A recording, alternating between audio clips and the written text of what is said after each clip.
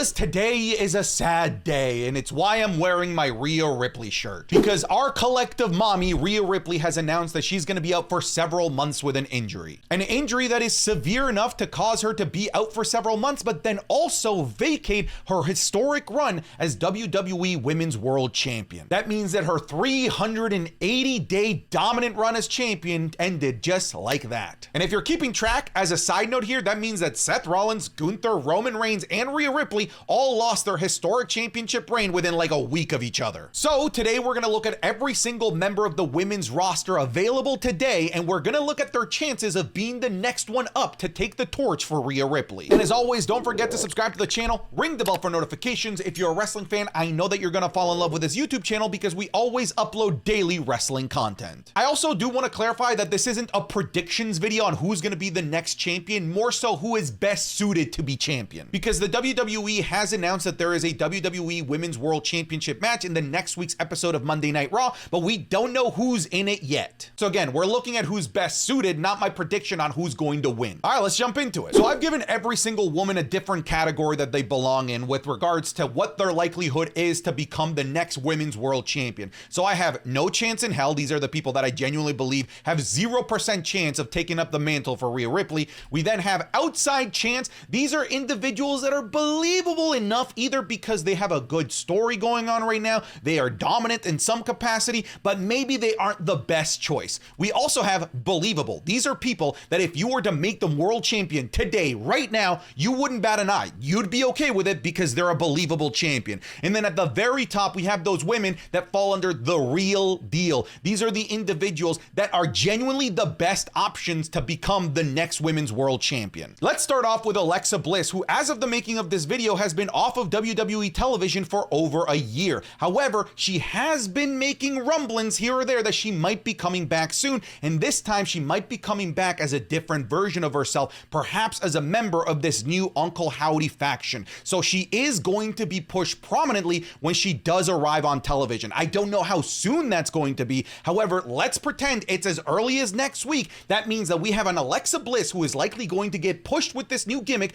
and then on top of that, an Alexa Bliss that has already been at the top of the mountain and is a capable champion. All of that, when you combine all of that, it's kind of a perfect storm. She falls under the real deal category. We have Asuka. Asuka does have the pedigree to fall under the real deal. However, her current spot in the card doesn't exactly reflect that. However, if you were to make her a world champion, I don't think too many people would be particularly angry because we know that she can be a great women's world champion. However, her current spot in the card doesn't quite put her into the real deal category. Instead, because she's in that tag team place but still has that pedigree, we're gonna put her in believable. B-Fab has been doing some great stuff. That big boot that she's now delivering left, right, and center to people like Scarlett has been magnifique. However, because of her current role, I do have to put her in no chance in hell. Bayley is on here, even though she's currently a WWE Women's Champion. However, that doesn't stop the WWE from making her a, I don't know, Bayley 2 belts or something like that. We've seen it before.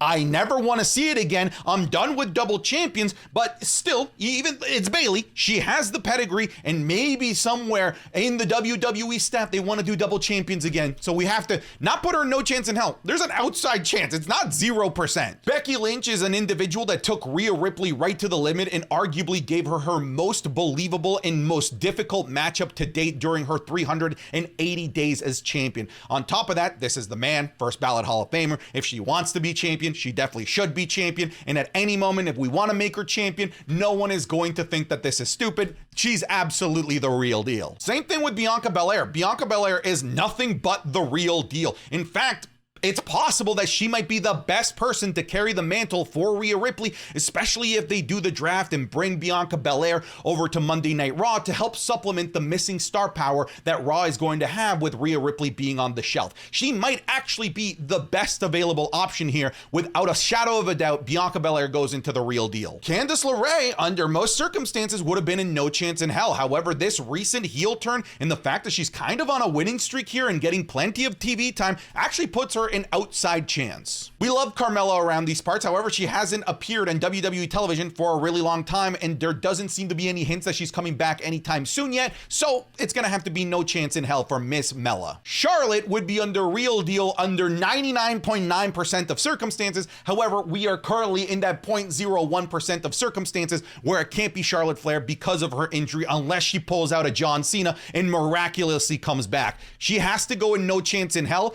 However, I'm scared to put her here because it's Charlotte Flair. Who knows? Maybe she shows up next week and just takes the title. Next up, we have Chelsea Green. I can't do it. I'm sorry. I can't do you justice, Samantha. However, she just won a match. She's not in this nasty losing streak anymore. So I am going to put her in outside chance because of how prominent she is on WWE television. But I don't know. She's not particularly the most realistic option at the moment. Dakota Kai has definitely moved up in the pecking order in my eyes when it comes to the hierarchy of the women's division. She has become a great mouthpiece for Damage Control and is so good in the ring. To me, I'm gonna have to put her into the believable category, and it becomes more believable, especially if Damage Control gets separated away from Bayley and they end up on a different brand on Monday Night Raw, and them as a group, I could see a world where she becomes champion. Elektra Lopez, because of her role as a manager, is gonna go into the no chance in hell category. Indy Hartwell just recently moved into the outside chance with this recent little heel turn, and her and Candice LeRae getting more TV time. Again, the chances are super low, but I wouldn't say no chance in hell. The new episode of Wrestling is Cool is already up over on Patreon, patreon.com/SantiZap, where you're gonna get the episode 3 days earlier than everyone else.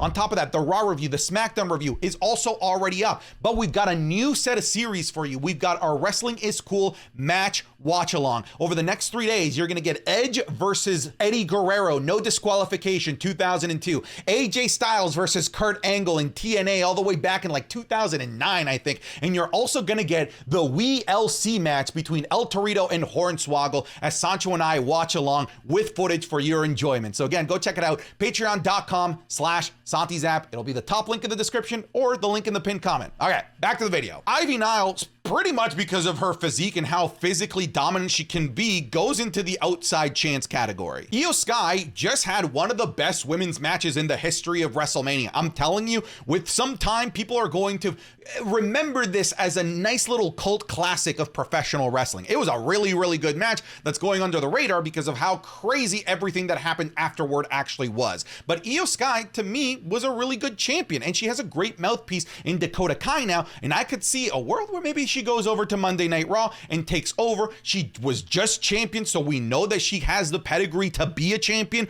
so she's a real deal. Look, I'm gonna be honest, I'm a little bit nervous for Jade Cargill. I just don't think that she's ready for this singles run as champion. She is inevitably going to be a champion. She's so incredibly dominant, and she is clearly very over with the WWE universe, but they're clearly taking baby steps with Jade Cargill at the moment.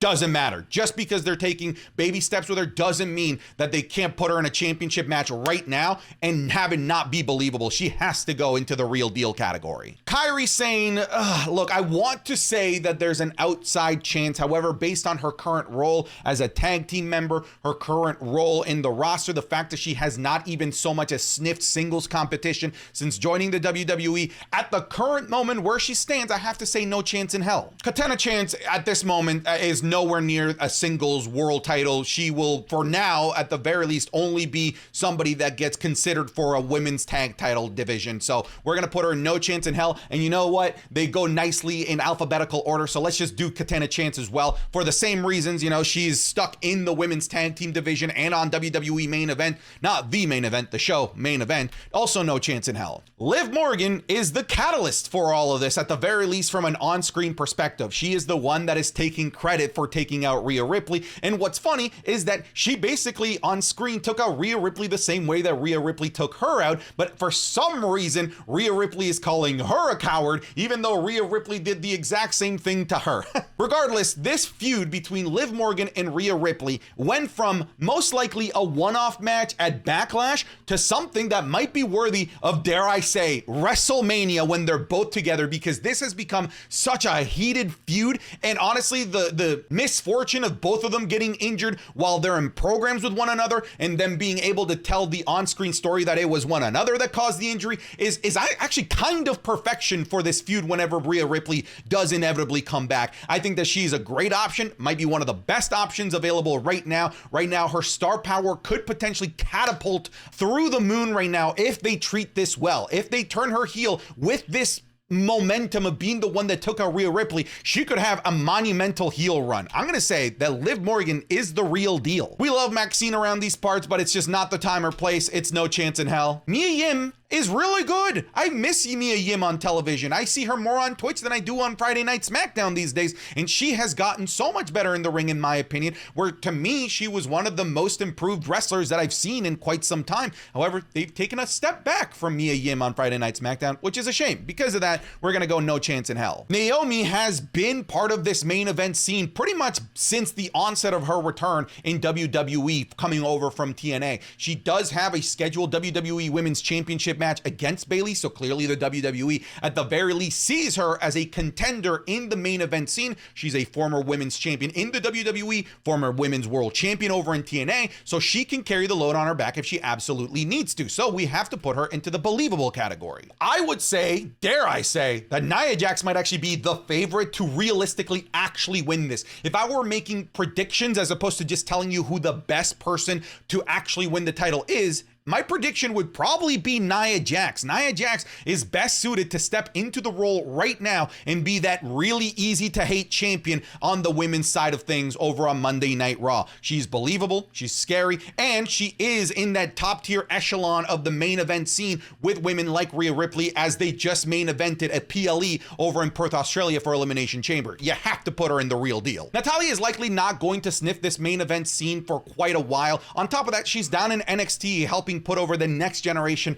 of WWE women's superstars. She is doing something incredibly important right now, and I think that she's better suited over there at the moment. We're gonna say outside chance in the event that, you know, they want to maybe give Natalya her flowers this late in her career. I didn't even know that she was still in the WWE. Nikki Cross goes into no chance in hell. Piper Niven, I do think that physically that she has the imposing force to be somebody that could be at the top of the pecking order in the women's division, but the way that they've been booking her and how she's been made to look on WWE TV tells me otherwise, so we're gonna go with no chance in hell. Raquel Rodriguez just needs to get healthy. If she was on WWE TV ready to go 100%, I would put her near the top of the list of who should be the next women's world champion. She has the physical attributes to be able to carry that mantle, and she is quite liked by the WWE universe and is a good babyface to be able to carry the mantle as well. However, because she's off of television dealing with her health problems, I can't go above believable. The second she's on WWE TV, I would boost her up though. Scarlett pretty much got sent down to NXT alongside the Final Testament and Karrion Kross, so no chance in hell. Shayna Baszler, with how she's been portrayed on TV, I just don't see her right now being somebody that could step into this role. However, it's still Shayna fucking Baszler. She could absolutely return to this badass form that we remember. Outside chance. Shotzi's still out with injury and is likely gonna be out with injury for a few more months, so we're gonna go with no chance in hell. As far as we know, so is Sonya Deville. Sonya Deville is still probably not close to returning yet, so we're gonna go no chance in hell. Tegan Nox isn't injured, but it feels like she's always injured, so we're gonna go with no chance in hell. Tiffany Stratton is a great option to slide into this role of Rhea Ripley. The WWE has been touting this new era, the Paul Levesque era, and she embodies the new era of WWE women's wrestling. Rhea Ripley was going to be the face of the women's side of the new era because of her age and the fact that she's already a superstar. So if you want to slot somebody in that is a couple of right months worth of booking away from being in a main spot like Rhea Ripley, look no further than Tiffany Stratton, because she is that 20-something-year-old that can provide that fresh face to the women's division, that can be the face, the heel face of your women's next era. So Tiffy time goes into real deal. Xia Li has disappeared from the face of the earth, even though she had a really fun run last summer. No chance in hell. Zelina Vega could potentially step into this role. Remember, she was the first title defense for Rhea Ripley all the way a year ago at Backlash in Puerto Rico. So if they decide to maybe shift her away from just being a manager for the LWO, I could see an outside chance. Zoe Stark may not necessarily be the best option right now, but again, with a couple of weeks worth of really good booking, you can make her again into this badass that she was, like she was during the Trish Stratus feud, like she was during her two-time attempt at beating Rhea Ripley at Crown Jewel and at Survivor Series. It's possible. We can get her back to where she was, and she is also on the younger side of things. So I do believe that even though right now you might think no chance in hell, with a couple of tweaks, she can fall into the believable category. All right, folks, that's it for today's video. Let me know down in the comments below who I completely got wrong, but also give me your prediction. That's what I want. Not who you think is the best, your actual prediction as who is going to be the next women's champion. All right, I'm done. Get out of here.